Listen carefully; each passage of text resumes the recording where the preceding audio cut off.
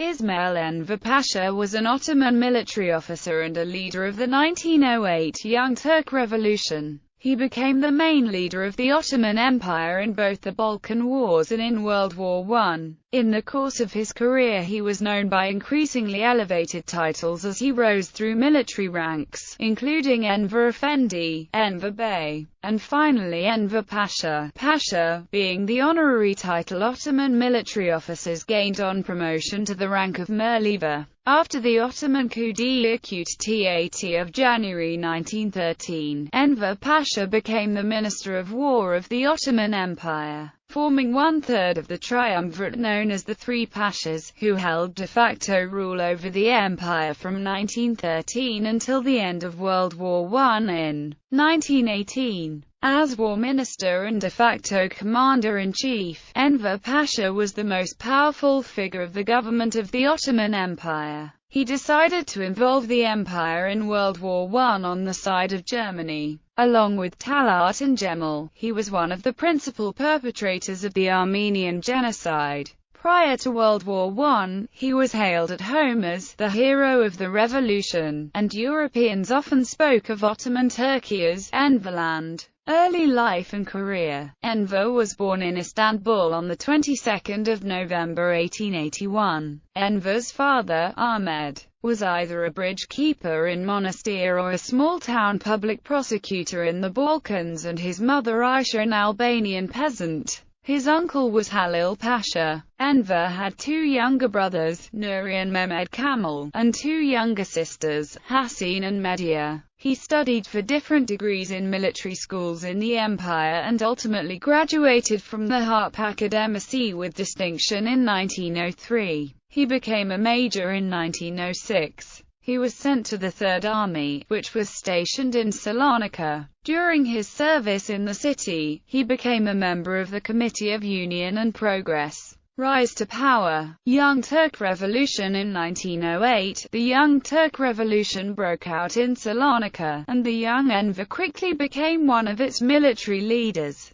The successful revolt brought the Cup to power, ushering in the second constitutional era of the Ottoman Empire. During the course of the next year, a reactionary conspiracy to organize a countercoup culminated in the 31st of March incident, which was put down. Enver Bey took an active role in the suppression of the countercoup. Afterwards, he was sent to Berlin as a military attaché, where he grew to admire the German military culture and strengthen the military ties between Germany and the Ottoman Empire, inviting German officers to reform the Ottoman army. Italo-Turkish War. In 1911, Italy launched an invasion of the Ottoman Vilayet of Tripolitania, starting the Italo-Turkish War. Enver decided to join the defense of the province and left Berlin for Libya. There, he assumed the overall command after successfully mobilizing 20,000 troops. Because of the outbreak of the Balkan Wars, however, Enver and other Ottoman generals in Libya were called back to Istanbul. This allowed Italy to take control of Libya. In 1912, thanks to his active role in the war, he was made lieutenant colonel. However, the loss of Libya cost the Cup in popularity, and it fell from government after rigging the 1912 elections, to be replaced by the Liberal Union Party. The defeated Cup assumed an ideology favoring more centralization under Enver. Balkan Wars and seizure of political leadership. In October 1912, the First Balkan War broke out,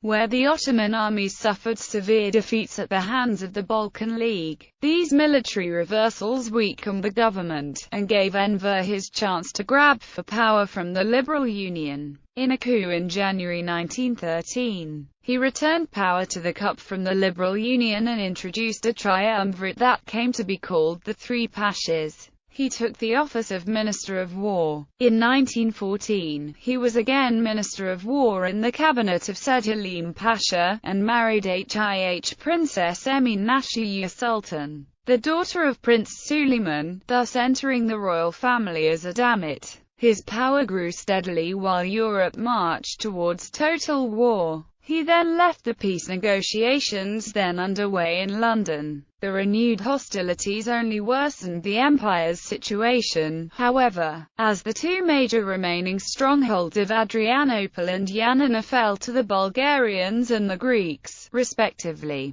forcing the Ottomans to concede defeat of the Treaty of London. In June 1913, however, the Second Balkan War broke out between the Balkan allies. Enver Bey took advantage of the situation and led an army into eastern Thrace, recovering Adrianople from the Bulgarians, who had concentrated their forces against the Serbs and Greeks. After this success, Enver Bey became a pasha, and recognized by some Turks as the conqueror of Edirne. World War I. Enver Pasha was an architect of the Ottoman-German alliance, and expected a quick victory in the war that would benefit the Ottoman Empire. Without informing the other members of the cabinet, he allowed the two German warships SMS Goeben and SMS Breslau, under the command of German Admiral Wilhelm Souchon, to enter the Dardanelles to escape British pursuit. The subsequent donation of the ships to the neutral Ottomans worked powerfully in Germany's favor, despite French and Russian diplomacy to keep the Ottoman Empire out of the war. Finally, on 29 October, the point of no return was reached when Admiral Souchon, now Commander-in-Chief of the Ottoman Navy, took Goeben, Breslau, and a squadron of Ottoman warships into the Black Sea and raided the Russian ports of Odessa, Sevastopol, and Theodosia. Russia declared war on Ottoman Empire on 2 November, and Britain followed suit on 5 November. Most of the Turkish cabinet members and cup leaders were against such a rushed entry to the war, but Enver Pasha held that it was the right course of action. As soon as the war started, the 31st of October 1914, Enver ordered that all men of military age report to army recruiting offices. The officers were unable to handle the vast flood of men, and long delays occurred. This had the effect of ruining the crop harvest for that year. Minister of War after taking office in 1913, Enver proved ineffective as war minister, and frequently over the next 4 years. The Germans had to support the Ottoman government with generals such as Otto Liman von Sanders, Erich von Falkenhayn, Colmar Freyr von der Goltz, and Friedrich Freyr Kress von Kressenstein. The Germans also gave the Ottoman government military supplies, soldiers, and fuel. Enver Pasha's message to the army and the people was war until final victory. During the war, living conditions deteriorated rapidly, and discontent grew. Enver would remain war minister until he fled the country in 1918. Battle of Sarek-Amish, 1914. Enver Pasha assumed command of the Ottoman forces arrayed against the Russians in the Caucasus Theatre. He wanted to encircle the Russians, force them out of Ottoman territory, and take back Kars and Batumi, which had been ceded after the Russo-Turkish War of 1877–78. Enver thought of himself as a great military leader, while the German military advisor, Liman von Sanders, thought of him as incompetent. Enver ordered a complex attack on the Russians, placed himself in personal control of the Third Army, and was utterly defeated at the Battle of Sarek-Amish in December 1914, January 1915. His strategy seemed feasible on paper, but he had ignored external conditions, such as the terrain and the weather. Enver's army was defeated by the Russian force, and in the subsequent retreat, tens of thousands of Turkish soldiers died. This was the single worst Ottoman defeat of World War I. On his return to Constantinople, Enver Pasha blamed his failure on his Armenian soldiers, although in January 1915, an Armenian named Hovhannes had saved his life during a battle by carrying Enver through battle lines on his back. Nonetheless, Ismail Pasha later initiated the deportations and sporadic massacres of Western Armenians, culminating in the Armenian Genocide. Commanding the forces of the capital, 1915–1918. After his defeat at Sarek-Amish, Enver returned to Constantinople and took command of the Turkish forces around the capital. He was confident that the capital was safe from any Allied attacks. The British and French were planning on forcing the approaches to Constantinople in the hope of knocking the Ottomans out of the war. A large Allied fleet assembled and staged an attack on the Dardanelles on 18 March 1915. The attack left the Turks and Enver demoralized. As a result, Enver turned over command to Liman von Sanders, who led the successful defense of Gallipoli, along with Mustafa Kemal. Later, after many towns on the peninsula had been destroyed and women and children killed by the Allied bombardment, Enver proposed setting up a concentration camp for the remaining French and British citizens in the empire. Henry Morgenthau, the American ambassador to the Ottoman Empire, convinced Enver not to go through with this plan. Yildirim Enver's plan was for Falkenhayn's Yildirim army group to retake Baghdad, recently taken by Maud. This was nearly impossible for logistical reasons. Turkish troops were deserting freely, and when Enver visited Beirut in June 1917, soldiers were forbidden to be stationed along his route for fear that he would be assassinated, and lack of rolling stock meant that troops were often detrained at Damascus and marched south. Army of Islam. During 1917, due to the Russian Revolution and subsequent civil war, the Russian army in the Caucasus had ceased to exist. At the same time, the Committee of Union and Progress managed to win the friendship of the Bolsheviks with the signing of the Ottoman-Russian Friendship Treaty. Enver looked for victory when Russia withdrew from the Caucasus region. When Enver discussed his plans for taking over southern Russia, the Germans told him to keep out. Undeterred, Enver ordered the creation of a new military force called the Army of Islam, which would have no German officers. Enver's Army of Islam avoided Georgia and marched through Azerbaijan. The Third Army was also moving forward to pre-war borders. The Third Army moved towards the Democratic Republic of Armenia, which formed the front line in the Caucasus. General Toftmas Nazarbakian was the commander on the Caucasus front, and Andronik Ozanian took the command of Armenia within the Ottoman Empire. VIAF Pasha forced the Armenians to retreat and then captured Trabzon, where the Russians had left huge quantities of supplies. Then the army turned towards Georgia. The Army of Islam, under the control of Nuri Pasha, moved forward and attacked Australian, New Zealand, British, and Canadian troops led by General Lionel Charles Dunsterville at Baku. General Dunsterville ordered the evacuation of the city on 14 September, after 6 weeks of occupation, and withdrew to Iran. Most of the Armenian population escaped with British forces.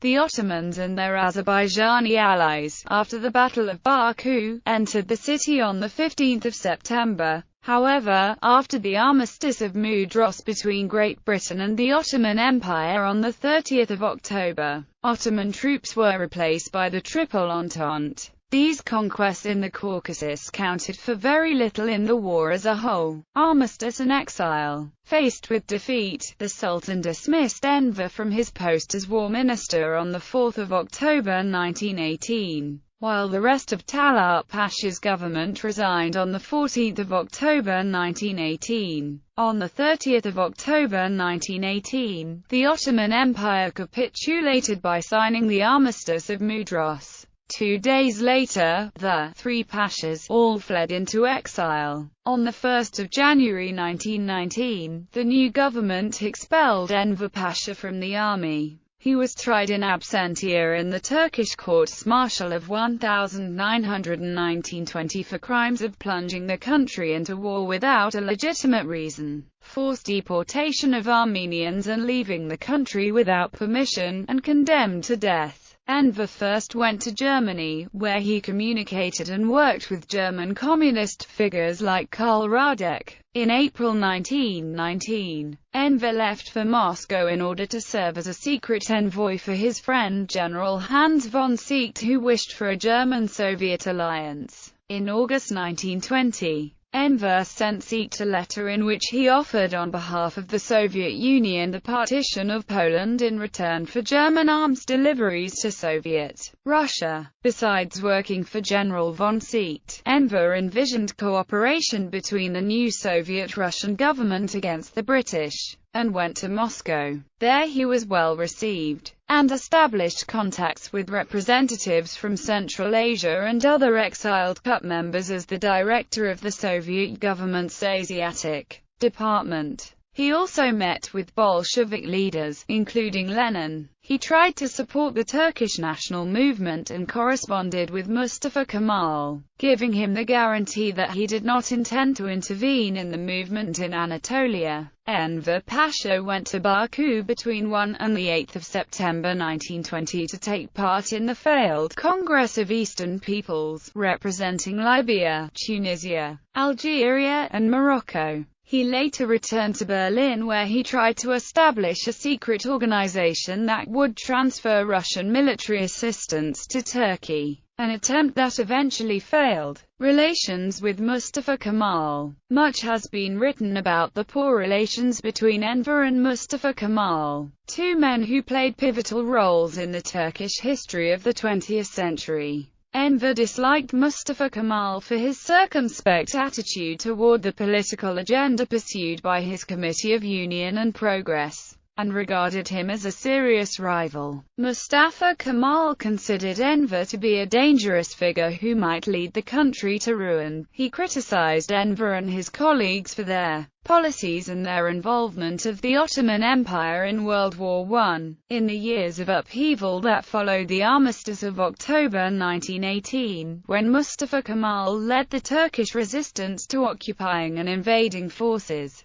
Enver sought to return from exile, but his attempts to do so and join the military effort were blocked by the Ankara government under Mustafa Kemal. Pan-Turkism and Death, 1921–22. On 30 July 1921, with the Turkish War of Independence in full swing, Enver decided to return to Anatolia. He went to Batum to be close to the new border. However, Mustafa Kemal did not want him among the Turkish revolutionaries. Mustafa Kemal had stopped all friendly ties with Enver Pasha and the CUP as early as 1912, and he explicitly rejected the pan-Turkic ideas and what Mustafa Kemal perceived as Enver Pasha's utopian goals. Enver Pasha changed his plans and traveled to Moscow where he managed to win the trust of the Soviet authorities. In November 1921 he was sent by Lenin to Bukhara in the Turkestan Autonomous Soviet Socialist Republic to help suppress the Basmachi revolt against the local pro-Moscow Bolshevik regime. Instead, however, he made secret contacts with some of the rebellion's leaders and, along with a small number of followers, defected to the Basmachi side. His aim was to unite the numerous Basmachi groups under his own command and mount a coordinated offensive against the Bolsheviks in order to realize his pan-Turkic dreams. After a number of successful military operations, he managed to establish himself as the rebel supreme commander, and turned their disorganized forces into a small but well-drilled army. His command structure was built along German lines and his staff included a number of experienced Turkish officers. From Fromkin 1989, 487. However, Enver's personal weaknesses reasserted themselves. He was a vain, strutting man who loved uniforms, medals and titles. For use in stamping official documents, he ordered a golden seal that described him as Commander-in-Chief of all the armies of Islam, son-in-law of the Caliph and representative of the Prophet. Soon he was calling himself Emir of Turkestan, a practice not conducive to good relations with the Emir whose cause he served. The Emir of Afghanistan also failed to march to his aid on 4 August 1922, as he allowed his troops to celebrate the Kurban Bayrami holiday while retaining a guard of 30 men at his headquarters near the village of Abidjan near Dushanbe. The Red Army Bashkir Cavalry Brigade under the command of Yakov Melkamov launched a surprise attack According to some sources, Enver and some 25 of his men mounted their horses and charged the approaching troops, when Enver was killed by machine gun fire. In his memoirs, Enver Pasha's age Avasufa Bey stated that Enver Pasha died of a bullet wound right above his heart during a cavalry charge. Alternatively, according to Melkomov's memoirs, Enver managed to escape on horseback and hid for 4 days in the village of Chagan. His hideout was located after a Red Army officer infiltrated the village in disguise. Melkomov's troops then stormed Chagan, and in the ensuing combat Enver was killed by Melkomov himself. From Fromkin 1989. 488. There are several accounts of how Enver died. According to the most persuasive of them, when the Russians attacked he gripped his pocket Quran and, as always, charged straight ahead. Later his decapitated body was found on the field of battle. His Quran was taken from his lifeless fingers and was filed in the archives of the Soviet secret police. Enver's body was buried near Abidiyar. In 1996, his remains were brought to Turkey and reburied at Abidi Hurriyet Cemetery in Cizli, Istanbul. Enver's image remains controversial in Turkey, since there are those who blame him for the Ottoman entrance into World War I and the subsequent collapse of the empire.